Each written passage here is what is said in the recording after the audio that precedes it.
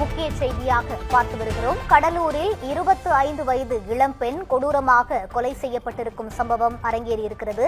இச்சம்பவம் அப்பகுதி மக்களிடையே பெரும் அதிர்ச்சியை ஏற்படுத்தியிருக்கிறது. பாதி உடல் புதைந்த நிலையில், முகம் சிதைந்த நிலையிலும் அடையாளம் தெரியாத இளம்பெண் உடல் மீட்கப்பட்ட சம்பவம் பெரும் அதிர்ச்சியை ஏற்படுத்தி உள்ளது. கடலூர் மாவட்டம் வடலூரில் இருந்து நெய்வேலி செல்லும் சாலையில் காப்புத்தோப்பு என்ற இடத்தில் புறவழி சாலை அமைக்கும் பணி நடைபெற்று வருகிறது. அந்த பகுதியில் சாலையின் அருகே அதிக அளவு மண் குவிக்கப்பட்டுள்ளது.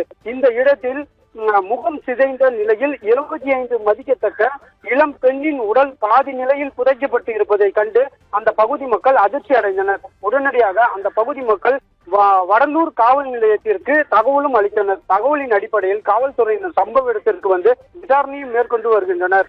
குறிப்பாக முகம் சிதைந்த நிலையில் இருந்த சடலத்தை ஆய்வு செய்ததில் கடந்த 2 நாட்கள் ஆகியிருக்கலாம் எனவும், கொலை செய்யப்பட்டாரா அல்லது பாலியல் வன்கொடுமை செய்யப்பட்டு கொலை செய்யப்பட்டாரா என பல்வேறு கோணங்களில் வடலூர் காவல்துறையினர் விசாரணை மேற்கொண்டு வருகின்றனர்.